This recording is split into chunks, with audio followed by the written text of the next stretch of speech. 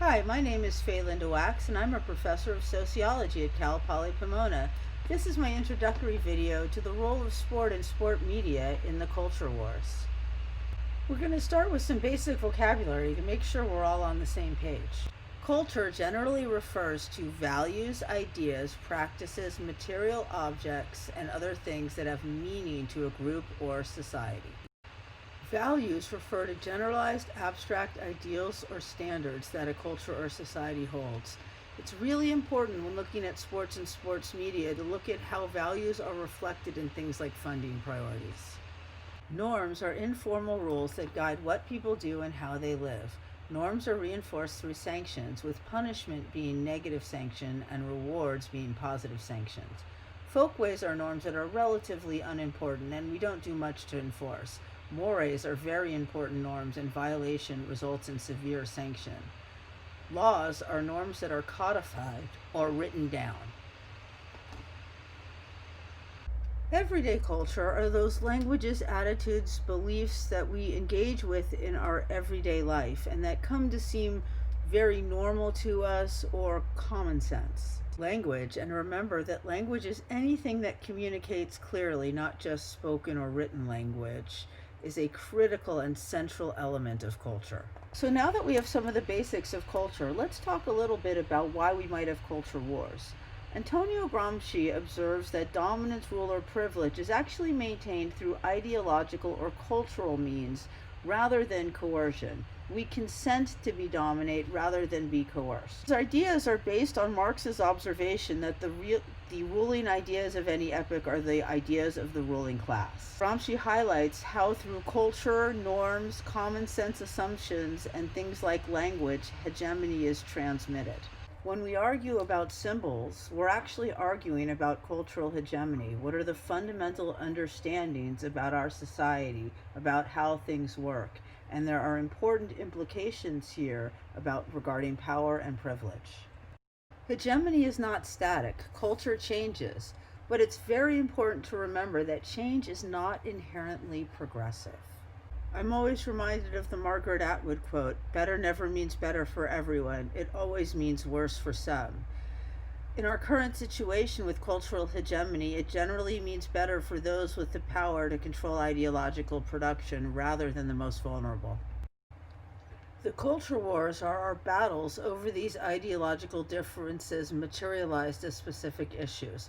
They're often framed as traditional or conservative versus liberal or progressive, but it's very important to consider the role hegemony shapes in who has access to the field of play. Sports is a microcosm of society and a critical field of cultural production, so not surprisingly, we see the culture wars play out on the field of sports. There's been a lot of compelling research done on the different ways that sport has contributed to cultural hegemony, whether it's gender, sex, and patriarchy, the ideological production of docile workers and consumers, racial stratification, militarism, indoctrination for minoritized groups, non-white, immigrant, native, and indigenous peoples, among others, or heterosexism. Sport has been a key place where ideologies have been produced and circulated. Having a space where ideologies are produced, though, also allows you a space where ideologies can be contested as well. In referring to female athletes, Michael Messner referred to sports as contested ideological terrain, and in the culture wars, that's true on many different key social issues. Over time, as the stature of athletes has grown, sports provides this fascinating moment where people with different backgrounds and different ideological views are given the opportunity to present alternative views in the culture wars. For athletes and fans, sports remains a key area of contestation and an ongoing battlefield. Whether it's athletes like Althea Gibson or the Williams sisters challenging both racial and gendered stereotypes, Muhammad Ali challenging common conceptions about war, the anti-war movement, and poverty, John Carlos and Tommy Smith speaking up against racism and poverty in America today, sports remains a critical area where people who aren't given a voice are often able to speak.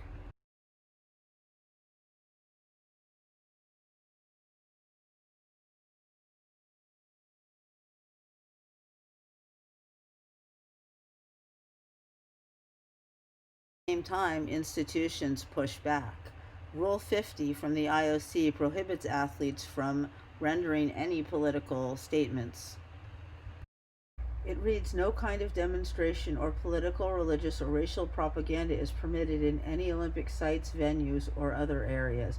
But this effectively prevents many people who have no other public platform from using the one they have. In the culture wars, not everyone has access to the means of cultural production.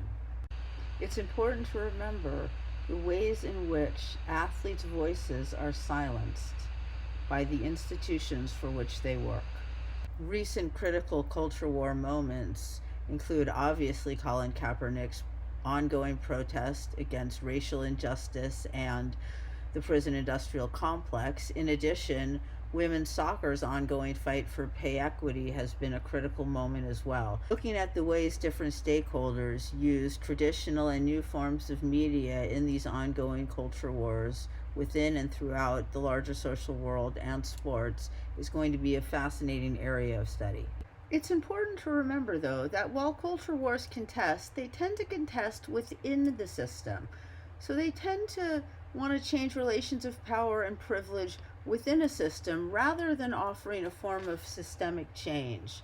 The critical theorists ask us to pay careful attention to the ways that capital is self perpetuating even within the debates that we're currently having and seen as enormous cultural divides. We need to start asking larger questions about the way the culture wars are segmenting us into predictable market demographics while at the same time perhaps stymieing real change. So at this critical moment, even as a much wider range of voices is being recognized and heard in sports, and that is much to celebrate, we also should consider all the different ways in which the system is being perpetuated despite our will toward progress.